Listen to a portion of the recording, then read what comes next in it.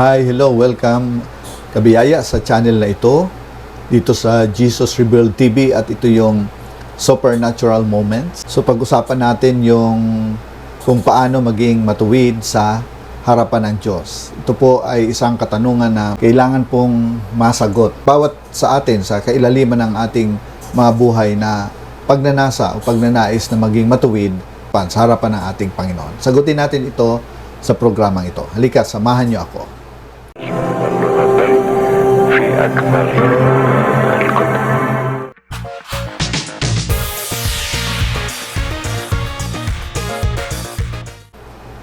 Yan po, ito po yung supernatural moments at kasama po natin si Lord dito habang nag-uusap tayo. Gumagalaw po ang kapangyarihan ng Panginoon para sa ating mga buhay, para tugunin yung mga pangailangan natin. So paano po maging matuwid sa harapan ng Diyos? Naniniwala po ako na mahalaga ang katanungan na ito, yung tayo ay maging matuwid sa kanyang harapan. Hindi ko alam po, pero kayo po ba ay nagtanong na rin kung mahalaga po yung katuwiran na meron ka sa harapan ng Diyos?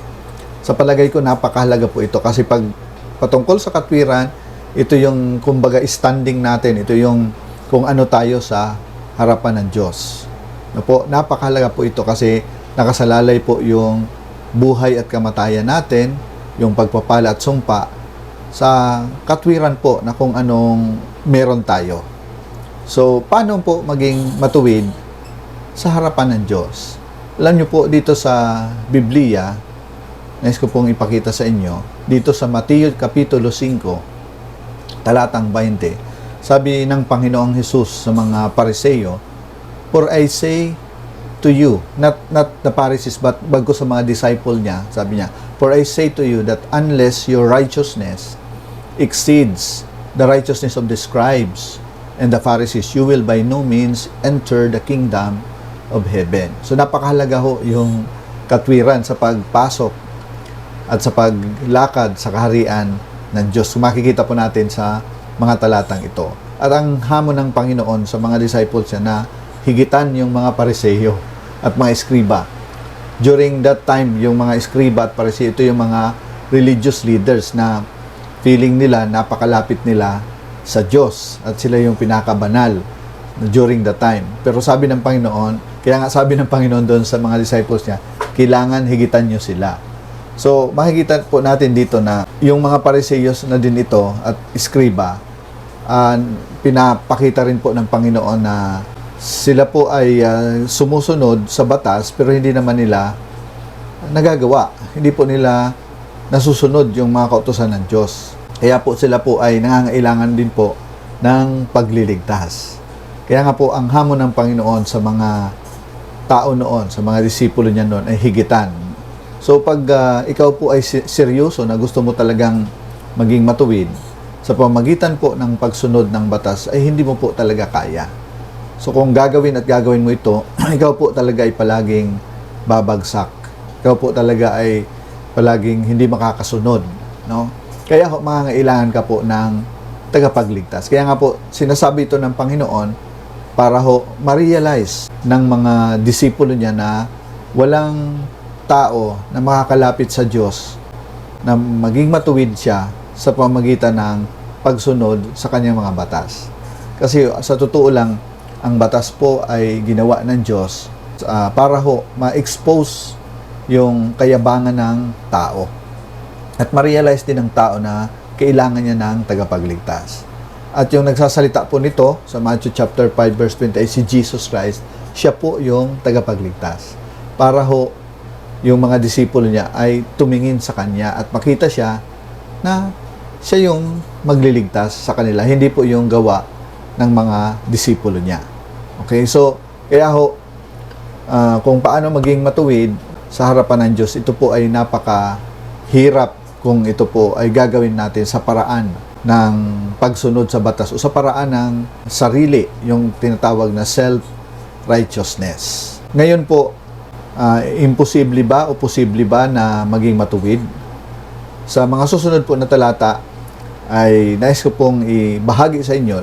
Halimbawa dito po sa sulat ni Apostol Pablo sa mga taga-Roma, Kapitulo 3 po, talatang 21. Ayan. But now the righteousness of God apart from the law is revealed. So meron daw pong palang katwiran na hiwalay po sa batas, na hindi po sa pamamagitan ng batas. At ito raw po, sabi ito, being witnessed by the law and the prophets. Ito raw ay nasaksihan ng batas at ng mga propeta. So, meron pong katwiran na hindi ho sa pamamagitan ng pagsunod sa batas. At alam naman po natin dito kung ano yung tinutukoy ng Panginoon. Sabi po sa verse 22, even the righteousness of God. Ito daw yung katwiran ng Diyos. Wow! So, kung gaano ka katuwid, ito yung katwiran ng Diyos. So, ito ay nasusumpungan, sabi dito sa verse 22, through faith sa pamamagitan ng pagsampalataya sa Panginoong Hesus. Through faith in Jesus Christ to all and all who believe. Yan. So, makikita po natin na meron pong dalawang uri ng katwiran dito. Ano? Yung una, yung pong tinatawag na self-righteousness. Yung katwiran ng sarili na ginagawa ng tao na maging matuwid siya sa magitan po ng pagsunod niya ng batas. Okay? Pinangangalandakan po niya yung batas. Pero yung isa pong katwiran pa na tinutukoy doon ay yung sa pamagitan po ng pagsampalataya sa Panginoong Hesus. Yan po yung tinutukoy sa nabasa natin kanina sa Romans chapter 3 verse 21 to 22. Okay? So maliwanag po na mayroong dalawang uri ng katwiran.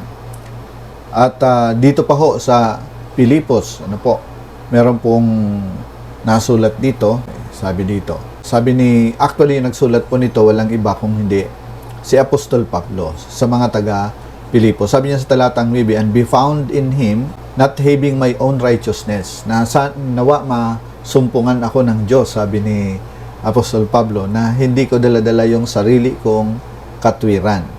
Nasa pamamagitan ng batas, which is from the law. Okay? But, sabi niya, that which through faith in Christ. So, yung katwiran na sa pamamagitan ng pagsampalataya sa Panginoon. So, sabi yun, the righteousness which is from God by faith. Ang katwiran po na natatanggap ng tao sa pamamagitan ng pagsampalataya. So, again, dalawa po yung uri ng pananampalataya, yung self-righteousness at saka yung righteousness of God. So, ang tanong, anong righteousness ang meron ka? So, kung ang pinangangalandakan mong katwiran o ikaw ay sa tingin mo nagiging matuwid ka, paghaharap ka sa Diyos ay ang iniisip mo yung mga ginagawa mo, yung pagsunod mo ng mga batas o mga kung ano-ano yung alam mo na requirements para maging matuwid ka, ang tawag po dyan ay self-righteousness. Pero kung lumalapit ka sa Diyos at ang pinangangalandakan mo ay hindi yung mga ginagawa mo, hindi yung mga kung ano-anong mga requirements na pinangangalandakan mo, bagkos yung pinanghahawakan mo yung ginawa ng Panginoong Hesus para sa iyo, yung kanyang pagpapakasakit sa krus, yung kanyang ginawa, ang redemption na ginawa niya, ikaw po ay merong tinatawag na righteousness of God, katwiran ng Diyos. Grabe po. So, kung gaano katuwid ang Diyos, gaano ka rin katuwid. Yan po yung sumasayo. At yan po ay natatanggap po sa pamagitan ng ating pong pagsampalataya lamang sa ating Panginoon. Kaya kung tatanungin mo kung paano maging matuwid, pumili ka. Kung gusto mo bang maging matuwid ka dahil sa ginagawa mo, which is, sabi nga, imposible siya. Kaya nga, bumaba ang Panginoong Hesus dito. No? Palagi tayong madi-disqualified kasi hindi po natin nasusunod yung batas. O kaya, ikaw ay naging matuwid dahil sumampalataya ka. Lubusan kang nagtiwala sa ginawa ni Jesus sa krus ng Kalbaryo at tinatanggap mo lang sa iyong buhay ang katwiran na ito, ang katwiran ng Panginoon na tinatawag po na righteousness of God. Ano ba ang kalooban ng Diyos? Ang kalooban po ng Panginoon sa atin ay maging matuwid tayo ayon po sa pagsampalataya natin sa ginawa niya sa krus ng Kalbaryo. At ito po ay malaking karangalan sa Panginoon kasi tinatangkilik po natin ang ginawa niya sa krus para sa atin. Kaya ho, pag naniniwala po tayo sa tinapos niyang gawa at naging matuwid tayo dahil sa gawa niya, pinaparangalan natin siya. Tinataas natin ang ang pangalan ng Panginoon sa buhay natin. Pero kung pinangangalandakan natin yung katwiran natin dahil sa ginagawa natin, yan po ay tinatawag na pride, kayabangan po, no?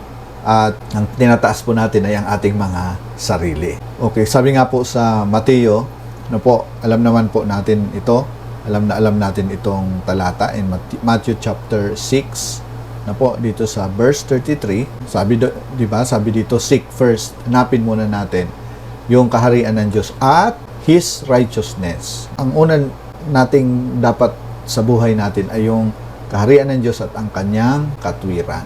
So, hindi po yung katwiran natin. His righteousness, ang katwiran ng Diyos. So, lahat ng bagay ay ipagkakaloob na lang sa atin. Kaya ang kalooban po ng Diyos, ang katwiran niya ang atin pong panghawakan. Ang katwiran niya ang ating panampalatayanan. Just always remember, sabi po sa Romans chapter 5 po, verse 21, maliwanag po ang sabi diyan, so that as sin reigned in death, sabi doon, even so the grace might reign through righteousness to eternal life through Jesus Christ our Lord. Okay, so maliwanag po ng sinasabi dito na righteousness is reigning to eternal life, para sa buhay na walang hanggan sa pamamagitan po ng Panginoong Hesus. So maliwanag po ang sinasabi ng Biblia na ang kalooban po ng Diyos sa atin ay ang lumakad tayo sa righteousness of God, sa katwiran ng buhay na Diyos, hindi po sa katwiran natin. So yung dalawang katwiran po. So saan ka po doon? So makakapagpili ka po ngayon at nawaho magdesisyon tayo doon po sa katwiran ng Diyos. Manampalataya tayo. Ang pairalin po natin ay ang ating pananampalataya, hindi po yung ating pagtitiwala sa mga ginagawa natin, bagkus sa ginawa ni Jesus. Okay? So maliwanag na po. So maraming salamat sa iyong panunood sa bidyong ito. Panginoon, salamat po sa pagpapala mo sa nanonood ngayon sa bidyong ito. Salamat po dahil ang kanyang katwiran ay ang katwiran mo, O Diyos. At ngayon po ay naniniwala kami, hindi po sa ginagawa namin, hindi po sa pagsunod namin sa batas, bagos naniniwala kami, Panginoon, sa ginawa mo, Lord. Ikaw ang nagsunod sa batas, ikaw ang namatay sa cross, at pinagkaloob mo sa amin ang katwiran. Kaya kami ay matuwid na ngayon dahil po sa iyong ginawa sa cross ng Kalbaryo para sa amin. Lord, we declare that we are the righteousness of God in Christ Jesus. Yan. So maraming salamat po. I-share po natin ang bidyong ito. Nawa po makaabot po ito sa ating mga mahal sa buhay, sa ating mga kaibigan. Po. So again, maraming salamat. This is Supernatural Moments in Christ. Shalom mga kabiyaya.